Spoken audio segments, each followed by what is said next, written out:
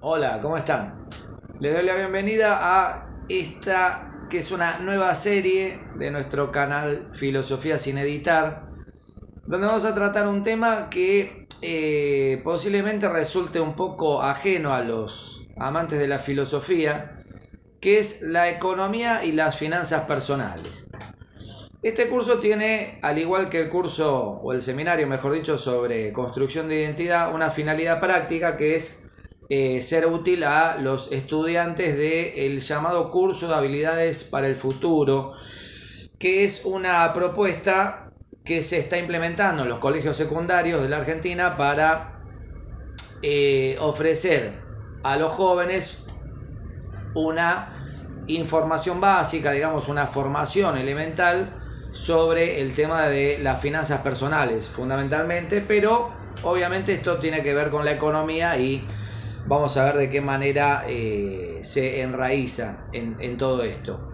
De todas maneras hay que justificar por qué en un canal de filosofía vamos a hacer un curso sobre finanzas personales. Bueno, tiene que ver un poco con el paradigma de nuestra época, ¿no? Es decir, con la idiosincrasia de base de la época contemporánea, de este prolongado comienzo del siglo XXI, ya podríamos hablar de esta primera mitad del siglo XXI, en la que un conocimiento mínimamente exhaustivo, aunque parezca contradictorio, o un conocimiento, digamos, importante de el mundo financiero es algo que no puede ser soslayado, no puede ser dejado de lado o postergado. Mi generación, los que llegamos a la primera juventud en la última década del siglo XX, no tuvimos para nada una formación de tipo financiera, si bien solía existir la materia contabilidad en las currículas del colegio secundario.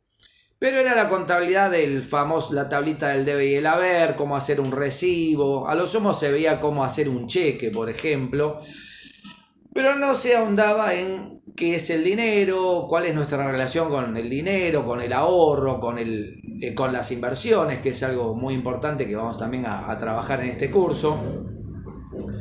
Y de alguna manera todavía se podía considerar que no formaba parte de la cotidianidad de aquel que se introducía a la vida adulta lentamente. Hoy en día prácticamente es imposible, por ejemplo, llevar una economía personal sin estar bancarizado, es decir, sin tener algún tipo de relación con un banco. Llámese abrir una pequeña cuenta, una caja de ahorros o abrir un plazo fijo para recibir intereses por nuestros ahorros o utilizar algún tipo de tarjeta, si no de crédito, por lo menos sí de débito en reemplazo del dinero. Ya hay gente, incluso gente muy joven, que se anima a apostar a las criptomonedas o a comprar acciones y ese tipo de cosas. Quiero decir, está muy conectada con la vida cotidiana ahora la finanza, las finanzas personales. Pero a la vez forman parte, decía, de un paradigma de vida en el sentido que, como dice Tomás Abraham en una conferencia que está por ahí que está en YouTube, él relaciona la filosofía y la economía y dice que son los dos paradigmas en base a los cuales pensamos las personas en esta época moderna. Y se podría decir que la economía para él es una especie de neoescolástica, en el sentido que genera un debate permanente en nuestras vidas, tanto a nivel lego como a nivel de los especialistas, y todo el tiempo estamos informándonos sobre la economía, a qué precio está el dólar, cuánto están las tasas de interés, si subieron, bajaron, la inflación, cuál es el índice de inflación, en fin, el PIB del país, cómo está, el riesgo país. Todo el tiempo estamos hablando de estas cosas y encendemos la televisión o vemos las redes y todo el tiempo se está hablando de estas cosas, con lo cual es algo que, como decía, no se puede soslayar, no se puede dejar de lado y decir, no, bueno, yo vivo mi vida sin tener noticia de qué es la economía y qué son las finanzas, porque en algún punto siempre nos están afectando. Esto de hecho forma parte de lo que se podría llamar o que se llama la inclusión financiera, el hecho de que una persona que no recibe ningún tipo de educación financiera hoy en día queda excluida del ámbito de la sociedad en la que estamos, ¿no? En la que uno está inmerso. Y si le vamos a creer a Aristóteles, que decía que el hombre, es decir, el ser humano, es un son politicón, un animal político, en el sentido de que está inserto en una polis, es decir, en una ciudad, en una sociedad, diríamos hoy en día, entonces es muy difícil considerar que podemos prescindir de ese conocimiento. No es recomendable, de hecho, ser un ignorante o un analfabeto financiero, como también se dice. Esto contribuye también, el conocimiento de las herramientas financieras básicas, a una buena salud financiera, que no solo tiene que ver con saber cómo manejarse con los instrumentos o con los productos bancarios, sino también, o si sabemos o no comprar acciones y ese tipo de cosas, sino con tener, por ejemplo, incorporado el concepto del ahorro, por qué es bueno ahorrar y no despilfarrar el dinero, si bien no tiene que estar por encima de la idea de felicidad el hecho de ahorrar, pero sí es importante que concibamos una vida donde, o mejor dicho, nos demos cuenta que no podemos prescindir del concepto del ahorro, incluso para poder ser auténticamente felices. Si bien, y ahí se abriría un debate, ¿no? El dinero no hace a la felicidad, como se suele decir, pero sí contribuye a una calidad de vida en la cual vamos a ser más posiblemente felices que en una situación de empobrecimiento permanente o de endeudamiento, por ejemplo, etc. Bueno, de todas esas cosas vamos a hablar en este curso que, como les decía, está orientado al curso de habilidades del futuro de los colegios secundarios, pero también puede ser de interés para cualquier persona que quiera impregnarse de estos conceptos o ahondar un poquito en la cuestión de las finanzas personales, familiares y demás. Cuando hablamos de inclusión financiera asociada a la salud financiera, hay algunos elementos que podrían tomarse en consideración como consejos básicos, lo voy a leer para no olvidarme de ninguno. Por ejemplo, gastar menos de lo que se gana. Eso es algo que mucha gente lleva un nivel de vida que está por encima de sus posibilidades reales en relación a el sueldo que tiene o lo que puede ganar como autónomo dedicándose a alguna actividad profesional. Bueno, es importante armonizar o saber armonizar el modo que elegimos de vida o el modo en que vamos a vivir con aquellas posibilidades reales que tenemos en relación a lo económico. Uno no puede vivir como un rey si es apenas un príncipe, pero tampoco puede vivir como un príncipe si es apenas un lacayo. Más allá de los estereotipos sociales que a veces son incómodos y son prejuiciosos, sin embargo, el realismo es una muy buena, ser realista quiero decir, es un muy buen consejo para comenzar a orientarse en el mundo financiero. Vivir no por encima de nuestras posibilidades, ni tampoco necesariamente muy por debajo, sino en el mismo nivel. Pagar las facturas a tiempo, por ejemplo, hay mucha gente que deja el pago de sus facturas o de sus deudas para fin de mes, y si le sobra algo va y lo paga, y si no lo paga al mes siguiente, con lo cual se sobreendeuda. Bueno, esto es un muy mal modo, es un modo poco sano de vivir financieramente. Conviene ese tipo de compromisos sacárselos de entrada, a principio de mes, se podría decir. Cuando uno cobra un sueldo, tratar de que el primer gasto que haga sea el pago de facturas, impuestos, deudas, etc. Tener o poseer suficientes ahorros en productos financieros líquidos, es decir, disponibles, ¿no? El dinero líquido es el dinero que tenemos a mano. Esto significa que no todo el dinero que tengamos ahorrado o invertido esté fuera de nuestro alcance. Por ejemplo, en un plazo fijo o congelado en una propiedad, ¿no? Después, bueno, vamos a ir ahondando en esto a lo largo de estos videos para entender qué es un activo y un pasivo. Activo es todo aquel dinero que entra en nuestro bolsillo, por decirlo de algún modo, y que podemos disponer de él como dinero líquido. En cambio el dinero pasivo es aquel dinero que, si bien tiene que ver con algo que poseemos, por ejemplo una casa, no lo podemos convertir en nuevas ganancias y no podemos disponer de él en lo inmediato. Tenemos que esperar a vender esa casa, por ejemplo, si queremos contar con ese dinero. Mantener un nivel de deuda sostenible, bueno, esto tiene que ver con vivir dentro de nuestras posibilidades. Uno puede endeudarse, a veces por ejemplo para sacar un crédito hipotecario, pero no puede endeudarse más allá de sus posibilidades de devolución de ese crédito, por ejemplo. Tener seguros adecuados, que es algo que la gente no le brinda mucha importancia, pero sin embargo es importante estar asegurado, en el sentido de que si uno tiene un vehículo, por ejemplo, no puede andar por la calle sin estar asegurado, porque no solo implica un riesgo para el usuario, sino también para una persona, en el caso de que haya un accidente y uno no pueda asegurar a esa otra persona, el famoso seguro contra terceros. Y bueno, y planificar los gastos para el futuro, lo que tiene que ver con el presupuesto, temas de los que vamos a hablar a lo largo de esta serie. Y todo esto contribuye a lo que se llama el bienestar financiero, que se puede asociar a algunos elementos como tener control sobre nuestras finanzas. Para esto es necesario, como decía antes, hacer un presupuesto y tener un control racional del dinero que gasta, que gana, que ahorra, que invierte, etc.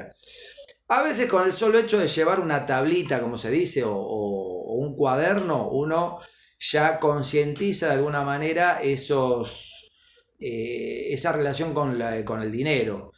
Cosa que no pasa cuando uno simplemente gasta y no anota nada y no se fija en nada, y de repente llega el día 20 y nos faltan 10 días para cobrar nuestro sueldo más, y de repente nos damos cuenta que nos quedamos sin dinero. ¿Y ahí qué hacemos? Bueno, salimos a pedirle a un amigo, a un familiar, a pedir un crédito bancario, cosas que no son recomendables y que tienen que ver con una mala salud financiera. De hecho, hay gente que se puede decir que padece de cierta toxicidad financiera, en el sentido que no puede relacionarse de un modo sano con el manejo del dinero. Otro consejo que se puede dar es fijar nuestros objetivos vitales, en el sentido de que es importante tener claro en qué o para qué estamos ahorrando, por ejemplo. Uno a veces, hay gente que ahorra y está muy bien, pero si uno no tiene metas específicas, dice, bueno, quiero comprar un auto, quiero pagar una carrera que sale cara y tengo que gastar también en libros o en fotocopias todos los meses, entonces me tengo que hacer un presupuesto. A veces hasta conviene presupuestar los gastos de viáticos que uno tiene, si uno se maneja en colectivo o subte o en tren, saber cuánto gastamos por mes de eso, que a veces uno no le da importancia. No, bueno, no gasto mucho, todos los días viajo, voy de ida y vuelta, pero es poco. Sin embargo, en el mes termina siendo un gasto importante, y todo esto tiene que ver con lo que se llama los gastos hormiga, esos pequeños gastos que hacemos que a veces son indispensables, como los viáticos, a veces son gustos que nos damos, como decir, bueno, salí y me tomé un café en la esquina, o me compré un chocolate, etc. Y van de alguna manera también comiéndose nuestros ahorros.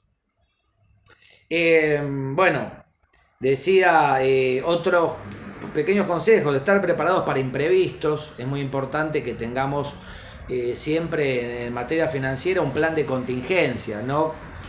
Que ante la eventualidad de un accidente, una enfermedad, un viaje imprevisto por alguna situación familiar, etcétera, nosotros no contemos con un mínimo ahorro que nos permita salir de esa situación problemática.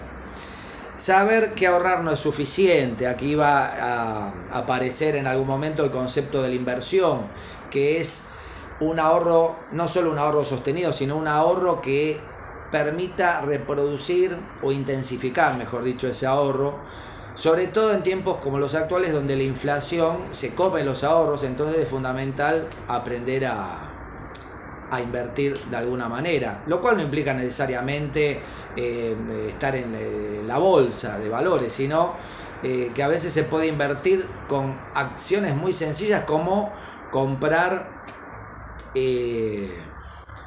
aprovechar ofertas, o comprar cosas de la cotidianidad cuando están a un buen precio, y no esperar a que suban de precio debido a la inflación. Esto también tiene que ver un poco con un tema que es los tres niveles en que se puede dividir la vida humana, casi podríamos decir que son las necesidades, los deseos y las demandas. Necesidad es aquello que necesitamos para vivir. Por ejemplo, una necesidad es el hambre. Si tenemos hambre, tenemos que comer, no podemos decir, no, bueno, mañana veo, hoy paso de largo. No, el vestido es otra cosa fundamental, el hecho de que tengamos abrigo, sobre todo si estamos en una época del año en que hace frío, tener un techo, una casa, llamémosle, etcétera, etcétera. Son necesidades básicas que deben ser cubiertas y que ya no tienen que ver con una salud financiera, sino con una forma de vida sana. Deseos son aquellos modos en que vamos a cubrir esas necesidades. Por ejemplo, si tengo hambre, puedo elegir de ir a comer una hamburguesa a un patio de comidas o prepararme una comida en mi casa. Voy a ahorrar algún dinero seguramente. O aprovechar la invitación de un amigo que me invita a cenar, por ejemplo. Son distintas maneras de cubrir esa necesidad. Y el deseo es el modo como nosotros nos acercamos a ella, a este suplir la necesidad. A veces tiene que ver con cosas que nos gustan hacer, etcétera, que tienen que ver con la felicidad, con lo cual el deseo también es muy importante. La demanda es el modo efectivo como cumplimos ese deseo. Dentro de las posibilidades que encontramos, decimos, bueno, vamos a hacer esto, para lo cual muchas veces hay que tener dinero. Hay que tener dinero para ir a comer una hamburguesa, hay que tener dinero para prepararse algo en la casa, porque antes tuve que hacer una compra, y hasta para ir a ver un amigo que me invitó a cenar tengo que tener algún dinero para viajar hasta la casa o llevar algo como para el postre, etcétera, ¿no? Quiero decir, el dinero siempre va a estar presente en la consecución de necesidades y deseos a través de la demanda. Es muy importante para lograr el bienestar financiero tener lo que se llama un ahorro consciente, es decir, cuando ahorramos no hacerlo de un modo aleatorio, sino, como decía antes, en función de un objetivo claro, preciso y que nos permita de alguna manera saber para qué estamos tomándonos ese esfuerzo que implica ahorrar dinero. Es importante tener en consideración que uno debe gastar, y ahí no se puede hablar de un gasto, quizás hasta se puede hablar de una inversión, en felicidad. Yo siempre digo, hay que invertir en felicidad.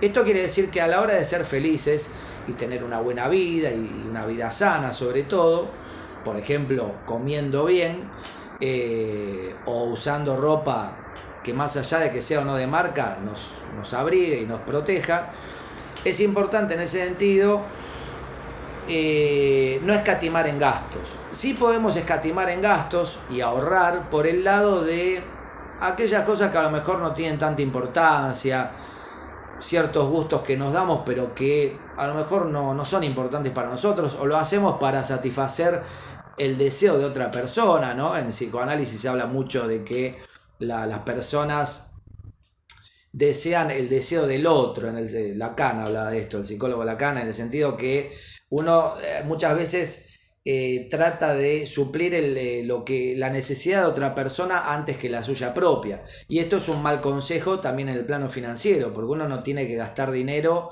en satisfacer los deseos de otra persona, salvo que esta persona sea un ser querido o nuestros hijos, etcétera, pero no en el sentido que uno se convierta en el banco de la ciudad, como le pasa a mucha gente que por ser excesivamente generosa a lo mejor es abusada por otras personas que le piden permanentemente dinero, etcétera.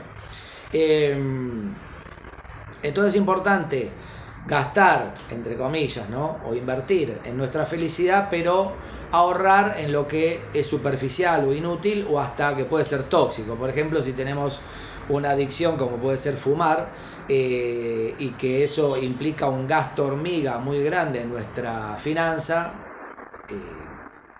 obviamente es un buen consejo en términos médicos, pero también en términos financieros, dejar ese vicio que no nos aporta nada, nos está arruinando la salud y encima nos hace gastar un montón de dinero inútil. El dinero de alguna manera tiene que ser visto como un medio y nunca como un fin. un fin puede ser la felicidad, pero no puede ser el dinero, si bien el dinero puede contribuir a la felicidad. Bueno, con este primer video quería hacer una introducción general, me extendí demasiado quizá, para comprender un poco de qué se trata toda esta cuestión de las finanzas personales en relación a nuestra vida cotidiana. Y voy a ir recomendando a lo largo de los videos algunos libros que pueden conseguirse. Para lo que es una introducción general a las finanzas, hay muchos libros disponibles que a veces se consiguen en los kioscos de revistas. Este es un libro que salió hace un tiempo, Tu dinero en tiempos de crisis, editado por Clarín, lo mismo que era una serie, lo mismo que esta, que es una serie de Martín Tetaz, el economista, también de Clarín. Bueno, este primer volumen se llama ¿Cómo y en qué usar tu dinero? Son libros pequeños, de un lenguaje accesible, que permiten de alguna manera introducirse al mundo financiero y a esto que estamos mencionando de la salud financiera. Después vamos a ir viendo otros libros que a lo mejor tienen un carácter más técnico y que nos van a servir para ya introducirnos en cuestiones un poquito más complejas. Si les gustó el video, pueden suscribirse al canal para recibir las notificaciones, todo lo que tiene que ver con los nuevos videos que voy a ir subiendo, y espero que les resulte de utilidad. Nos vemos en un próximo video para abarcar el tema de el dinero y la historia del dinero y qué es el dinero, para qué sirve, etc. Nos vemos. Gracias.